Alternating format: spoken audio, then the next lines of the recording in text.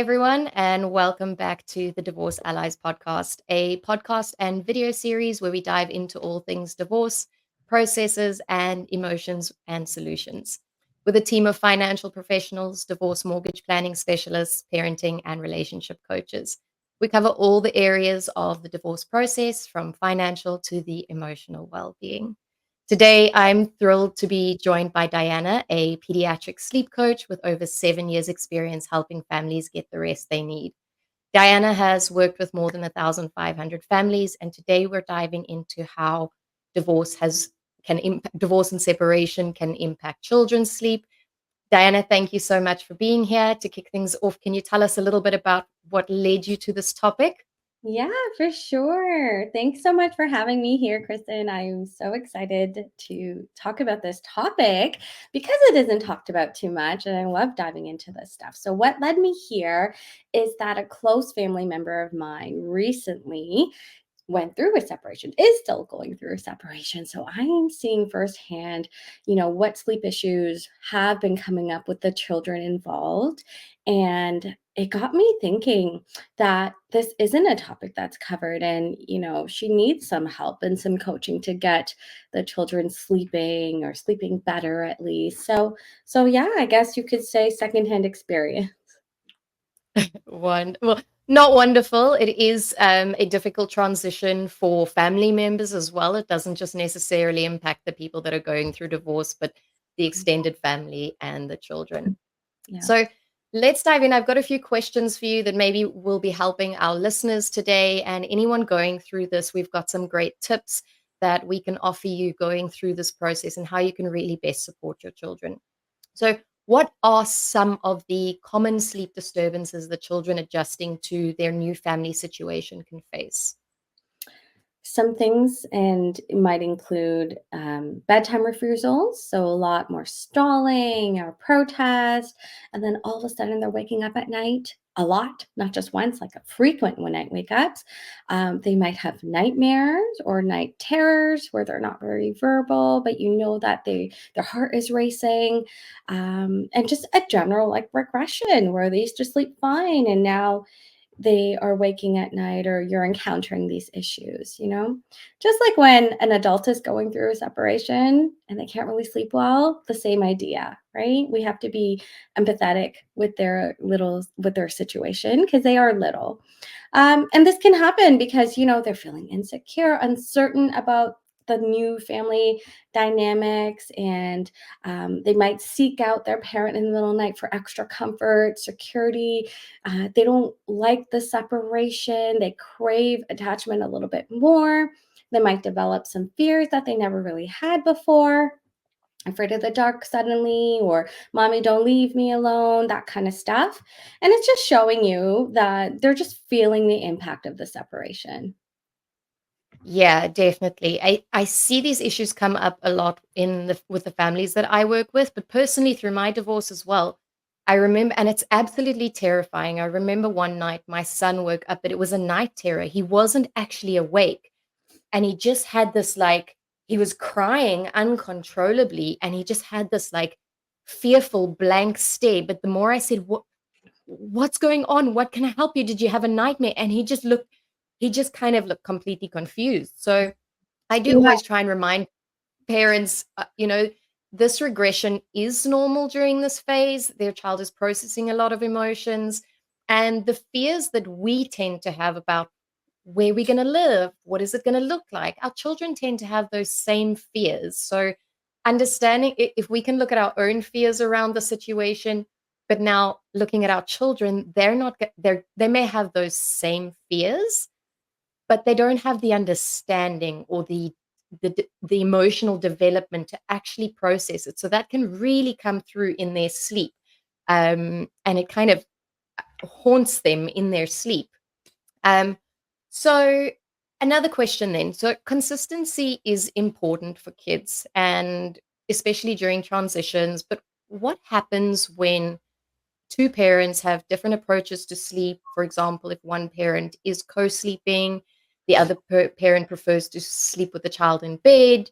How can that be handled? Because what I speak to my clients about is we can never, we don't want to focus on what the other parent is doing, because you can never control what the other parent is doing. So, how can it actually be handled, and how can we as parents support the kids through this? And you hit it right on the head, right? You can't control what's happening outside of your home. So, what you can do is control what happens inside your home. And it's okay. It's different people, different approaches. It doesn't mean that everything has to go out the window. Children are very adaptable, they are very resilient, and they're capable of adapting to different rules, different homes. Um, I've seen this even in my practice of sleep coaching toddlers and infants. They sleep perfectly fine at daycare, but at home is the trouble, right? Because a different set of rules apply. They know how to behave in certain environments. I would really, really, if you know, if I can give someone some advice, is just be consistent with what you do in your home, right? So if that one parent consistently co-sleeps, when the child gets to that home, they know what to expect. If the child in the other home consistently sleeps in their own crib, in their own bed, then it's their expectation when they come here, they know what is to be expected. You just don't want to confuse them with different rules. And, you know, this is something you can get in front of. I mean, especially if they have the understanding, if they're over the age of 3, you can say, you know, I know that at daddy's house, you sleep in his bed, and you know, at mommy's house, you sleep in your own bed, right? So, this is something that you can actually set the expectations of consistency and what they can, um, you know, expect when they are at different environments. Yeah, definitely. I love the fact that you brought up the adaptability and resilience of children, because I think often we focus on all the negative impacts that divorce could possibly have. And it's almost drilled in like, oh, divorce is going to ruin your kids or it's going to cause damage to them. But we No. do forget how adaptable and resilient children are. And I made a post about this a while ago saying, our children are going to go through a lot of difficult things in their life. Life is not perfect. Life is going to throw a lot of things at them. And a lot of those we won't be able to help our children through. They're going to have to figure it out themselves. Divorce is not one of those things. Divorce is something we can support our children through, and through open communication and that consistency and that little bit of a grace that we're offering our children throughout these transitions. But there are wonderful, there's another wonderful article that I'd read about um, the positive qualities of children that have been through divorce. And Mm, one of them was they are more resilient when life throws things at them. Adults that have grown up in a divorced family tend to be more resilient. They tend to be more independent. They tend to be more empathetic. They tend to have more confidence because they know their place. You know, they know that they can bounce back easier. They've watched you do it, they've watched dad do it. So it's not all doom and gloom, right? It can actually, depending on how you manage it, it can have a, it can develop good qualities in your children. Um, so does the difference in routines confuse children, or how can parents avoid the difference in routine? Does it really confuse them? It doesn't really confuse them as long as you're staying consistent with within your home. So I think the main thing is kind of getting in front of them, in front of the problem.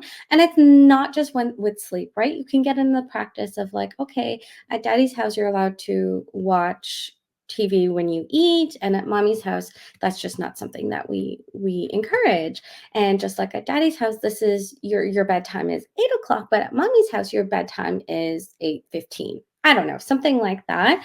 But they are so, so adaptable. The way they adapt at, you know, a school, a daycare versus at home versus someone else's. So just look at how the children behave with their grandparents around versus not around. Like that should tell you a lot, right? So I am not worried that it's going to confuse. Maybe in the beginning, Kristen, like the first couple of weeks, they might be a little confused. But again, with that consistency and the practice and the communication, absolutely, they can be very secure. Yeah, definitely. And this is also a great skill that they will be learning is that everyone is different. And what I like to help my clients do is try and bring it down to your children's level in the sense of, you know how your brother likes pineapples and you don't like pineapples, right? So bringing it to a more, they understand that, oh, they like pineapples and their brother doesn't, or their brother does.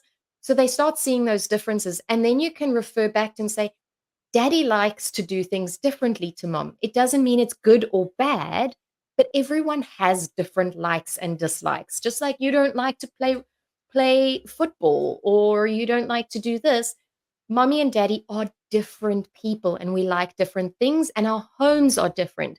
But it doesn't mean that our homes are one home is good and one home is bad. It's just a different way of doing it. And how exciting. You get to learn two different ways. I love So, that. so bringing it, they do understand, especially when they are, above 3 years old, that you can start having these little conversations with them. So, what is one thing that parents can do to maybe help the transition between different homes with children? Um,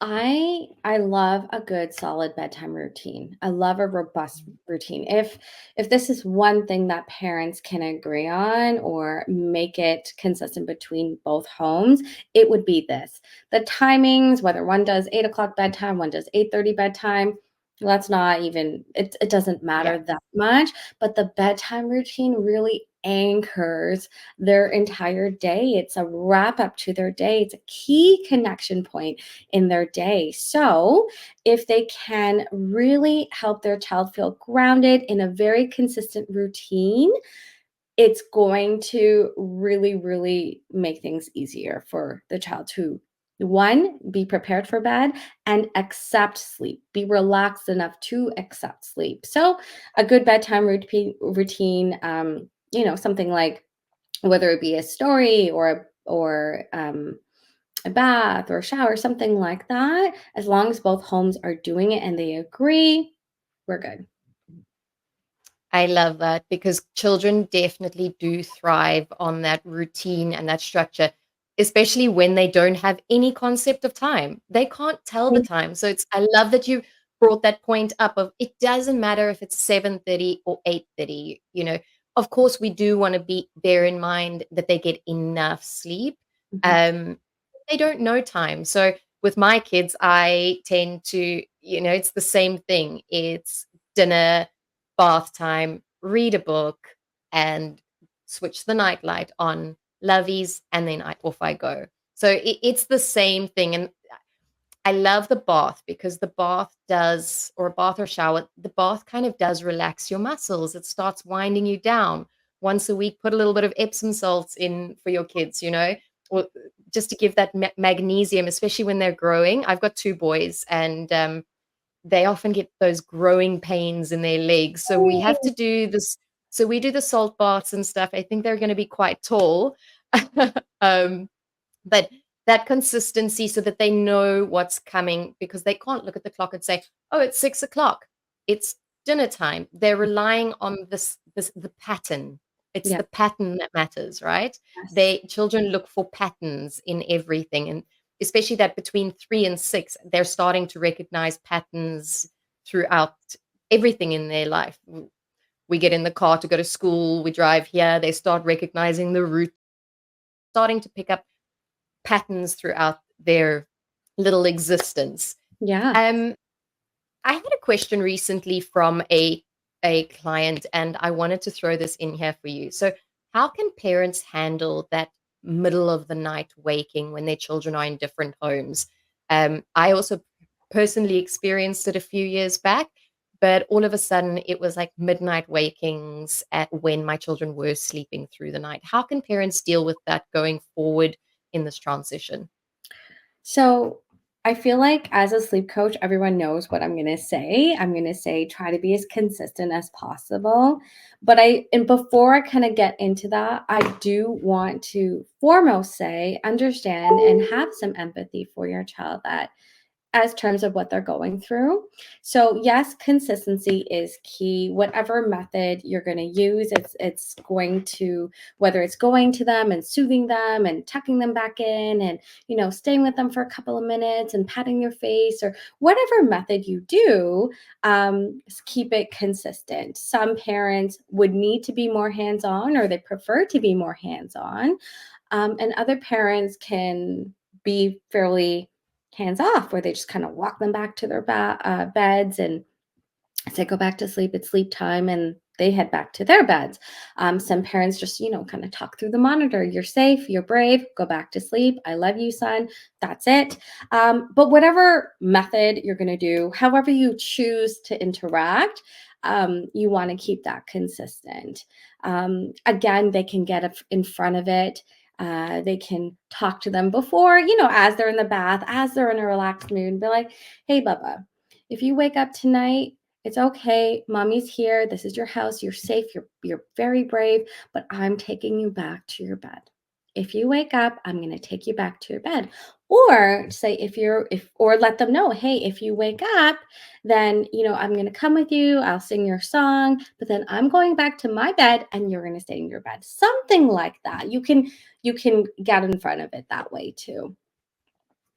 Yeah, I love that advice. It's just especially the preparing them from, if you wake up, this is what's going to happen. But I have to be honest, we're all human, and I have had this as well. And I had to tell myself, be calm in those moments, because sometimes, in the middle of the night, you wake up and you're like groggy and you just want to go to bed and you're like, go back to bed. And I had Mhm. to and I'd learned once, I'm going to be completely transparent. I learned once by me not being in that calm state of just go to bed, not too much conversation in that moment. I was like, you really need to sleep in your own bed. Come on, mom, you can't sleep in my own bed. It prolonged it. It Yes. prolonged. So I realized that actually just stay calm, because they're also still kind of groggy. If you're getting worked up in that moment, go back to bed, and this is your bed and this is my bed, which I had done once. I just realized it took so much longer to get back to sleep. Yeah. It So kind of wakes them up calm, a little bit more. yeah, it definitely does. But we are all human, and getting woken up in the middle of the night, and it's normal. And I don't want anyone else to feel like, um, we have to be these perfect parents all the time. You've got your own emotions. You're already struggling to sleep. You just fell asleep at midnight, and then your child wakes you up. It can be incredibly frustrating. But try and remember to stay calm, because you are just going to prolong it, if you get worked up, because then they feel that energy. Even if you don't say anything, if you feel that agitation, they feel it. They feel it Absolutely. more. They feel it more than anything Absolutely. than what we're saying. They can actually feel it. So try and like take a breath before you take them back, and just be like, okay, I am going to take them back calmly, and I'm just going to walk back to my room. I'm not going to engage. I'm not going to start a big conversation about it and say you really need to sleep in your own bed. Yeah. Um, so Look at you that. mentioned, I was gonna say, yeah, go Christian, like, you could be the sleep coach, like, add that to your title. ahead. I think it's from experience and trial and error, right? Like I learned by being agitated, and I was like, this just took so much longer. It took me longer to get to sleep. So, Yeah. I worked through that on my own. um, Another question is, you mentioned earlier regressions. How strict should parents be about ensuring their child gets back to sleeping well, especially after a major change like separation? Yeah, and keep in mind, like, even if there was no separation, there would still potentially be regressions, right? So don't be hard on yourself because, like, your child's sleep is a little messed up for a bit. It's no big deal. Like, they would have messed up their own sleep on their own, right? Regressions happen. It's a part of life. I think it's very important just to be compassionate with yourself and your child. It's normal. It's okay to take a little step back and some grace, especially if they're under 5. Okay, so maybe that means that you want to offer them some comfort while still maintaining some boundaries. For instance, if they want to co-sleep and they're asking for it, and you feel like it's okay, it's something within your capacity to handle, you allow it for a short period, right? And when you kind of help them adjust, maybe it's a couple of weeks, maybe it's a couple of months, whatever, but you can then gradually transition them back to independent sleep. Maybe you transition them when you found a place, or when homes are settled, or maybe when their rooms are set up, something like that. You don't need to rush this process, um, because you can always get sleep back on track. Like I work with kids who are 10 years old even, and we're still teaching independent sleep. So it's never too late to work on independent sleep. So um, try not to set like long-term habits that you're not comfortable with. You can even again get in front of this and communicate with your child like, hey Bubba, it's okay, you can sleep with me for a little bit. When your new room comes, we can work on you sleeping by yourself, or when we move into our own apartment, you can start sleeping by yourself. It's okay for now, but it's not going to be forever. You can communicate that way. I love that, setting those expectations, but most importantly, that grace period. Um, for myself, it was about a year. I let them sleep with me for about a whole year. I was like, you know what? There's no one else in my bed. It is easier. They don't wake up in the middle of the night. It's nice. They're clearly needing that closeness right now. So giving your children grace, but also yourself, not putting too much pressure on everything having to be perfect from the get-go. You, like you say, you can come back to it. You can Exactly. handle everything else right now and come back to the sleep. If it's easier, if you both get more sleep, if you and your kids get more sleep because they're in your bed, great. There's no pressure to have them in their own beds if you're completely happy with them being in your bed. Agreed. And what if a child returns from their other parent's home exhausted because the parent doesn't prioritize sleep as much? I have dealt with this quite often with my co parents. He doesn't get them to bed until 9 p.m. and then they get back to me and they're exhausted. And the mom is getting incredibly frustrated. And then this is causing more tension throughout the process. Um, what can we do there? How can we support the parents going through this, and how can they kind of attack this Yeah, for situation? sure.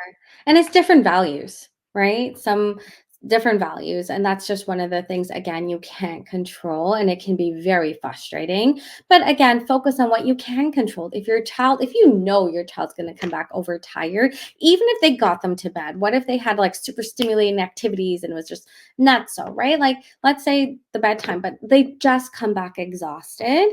Then you do and you can get them to bed earlier for a couple of nights to help them catch up on sleep. So it's not like, oh my God, their whole week is ruined. It just takes a little bit more planning from the other parent to not have super Yeah. stimulating activities, or not have late night dinners or late dinners planned for when they come back. So that way they have some time to rest up, catch up on some sleep, re-regulate, rebalance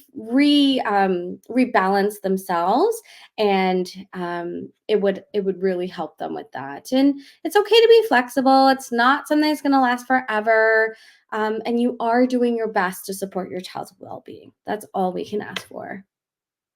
I love that, because I actually had a situation with a client where, the mom kept carrying a lot of guilt, because when the kids were at the dad's house, it was very stimulating. There was family around, there was lots happening, and her parents aren't around anymore, so she doesn't have siblings. So she felt that her house was boring, and there wasn't fun things going on, until one day I asked her to speak to her daughter. Her daughter was 9 years old, and just asked her daughter, like, what is your favorite part about being by mom's house? I mean, that's a very simple question to ask. And her daughter's response was, I love how calm it is. I Oh my. love how I love how you and I can sit and color in. So what this mom had felt was a negative was actually a positive for her. So kind of like in this situation, with if they're hyperstimulated, not getting enough sleep, that balance, you by you bringing giving them extra sleep and maybe calmer activities, kind of balances them out a little bit, and it does bring that balance, and they will appreciate that, not everything needs to be hyper stimulating, and our children do need that little bit of balance. And if it doesn't matter if it's mom or dad's house, but if you see that it's overstimulating at dad's house, Yeah. then plan a calmer weekend, plan a gentle walk, or calmer activities for your kids to decompress. Yeah. It's kind of like a city vacation versus a cottage vacation, right? Yeah, yeah, mountains and, Yeah, just kind of going I around like and picking both. some flowers. Yeah, it's Yeah. fun to be in the city and lights and have all these things to do, and it's also fun to be relaxed and enjoy quiet. So, Yeah. Diana, this has been such a valuable conversation, and I know so many parents are going to benefit from your insights on navigating sleep during co-parenting. But before we wrap up, I know we'd previously discussed, and I had a few additional tips that I generally share with my clients. So when your children are really young, so especially under the age of 3, they can often miss the other parent, especially if you are trying to do 1 week on, 1 week off, or even 4 days could be really long to be away from mom or from dad, especially if they're used to having both the parents there. And I think as adults, we all know how hypersensitive our sense of smell is, especially to memories. You could smell a perfume and it could take you back to the exact feeling and sensation of maybe it was the perfume your mom wore when you were younger. And it can immediately transport you into that safe feeling, what you felt back then. So, what I tend to recommend, and it isn't for everyone, but having for example, a t shirt that dad has worn and a t shirt that mom has worn at the opposite parent's house. So, when the younger children are sleeping at dad's house and maybe it's bedtime, have that t shirt in their crib or in their bed around their teddy so that they can smell mom or they can smell dad. Because even though you can communicate with your children, say, mommy still loves you, daddy still loves you when I'm not there, they still miss you. So that sense of smell really triggers a sense of feeling deeper down that, oh, they can kind of just, okay, I can still smell mom. It can really bring that sense of closeness for the younger children. And then another little tip, I think we did discuss this previously as well, but having their comfort items, especially if you know your children have a favorite lovey or a teddy or a blankie, try and have doubles, because there's nothing worse than you send the kids to dad's and you get back home and you realize the favorite teddy is there. Now you've either got to do the trip back to take that teddy to them, or it just helps to have duplicates in both homes to eliminate that absolute meltdown. We know if your child's their favorite thing and they don't have it, like nothing can calm them down in those moments. So try and have doubles of everything where possible, which can really help children through those transitions. But finally, for parents looking to help their children better understand and process divorce, here are some excellent books suited for different ages that can provide comfort and start those important conversations. I think, Diana, you mentioned, a good bedtime routine, reading a book at night, that really does help children calm down and just kind of decompress before bedtime. I'm not sure if you've got any additions, but I know um, I use the book Two Homes by Claire Masserell for younger children, so between 2 and 4 years old. My Family is Changing by Pat Thomas. A Dinosaur's Divorce. My sons love that one. mm, Dinosaur's Divorce by Mark Brown. It really helps children kind of understand their emotions and that they might feel when their parents separate. And it does offer support in a very friendly and engaging way. And then for your older children, probably around the ages between 8 and 12, you can try The Divorce Express by Paula Danziger. Um, it's a bit of a more in-depth story about a child managing the changes that come with divorce, including living in two homes and navigating new family dynamics. I don't know if you've ever heard of any of these books, or if you've got any books that you would recommend. no, I haven't actually, and this list is so great. I actually can't wait to copy this list and send them over to my family member because I think that this would be so helpful for them. And honestly, I even found my own children struggling with seeing this play out, and I feel like even this book would just be so helpful for them to understand what's happening and what they're watching their the other kids go through, right? So I think this is such a great list. And all you really need is just one or two books on this. It doesn't have to be a whole library. So this is great. I love, and it's so interesting that you say that your kids also were affected by this. But my sister-in-law, my niece, well, she's got two daughters, so my the little cousins, they also went through stuff. She also had to work through it with them because they couldn't understand why their aunt and uncle are not coming together and they're coming separately with the Yeah. kids. So it comes back to that it affects more than just the immediate family. It Yeah. does affect the extended family and the And extended kids. yep. And trying to have that conversation when you're not the parent getting divorced, but now you have to have a divorce conversation with your children because your brother or your sister got divorced. Yeah, Yes. and I don't think a lot of people consider that at all until you actually go through it yourself. Yes. Or even why their cousin can't come to their birthday because it's not their mom, like it's not the weekend. They're with their dad's side or with their mom's side, right? So even that, or just even the family trying to plan things, like you don't want to have the birthday on this weekend, you want to have everyone together, so you're gonna have it on the weekend, things like that. It does absolutely affect the whole family. Ah, amazing, amazing, Diana. So I do hope these tips and resources help parents feel a little bit more empowered during this process. It's all about creating an environment where kids feel loved, secure, and supported, regardless of which house they're in.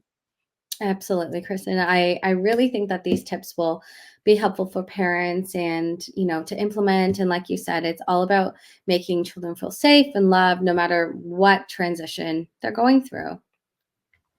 Amazing. Thank you so much, Diana, for being here with us today. This conversation is going to resonate with so many parents who are working hard to support their kids through these changes. I know most parents that are going through divorce, their first concern is how is this going to affect my kids? Yeah. So we'll be sure to share more resources in the show notes for anyone who wants to dive deeper into this topic. And we will link Diana's contact details there if anyone wants to contact her for any support. But thank you so much, Diana. This has been a very insightful conversation, and I appreciate your time. Thank you.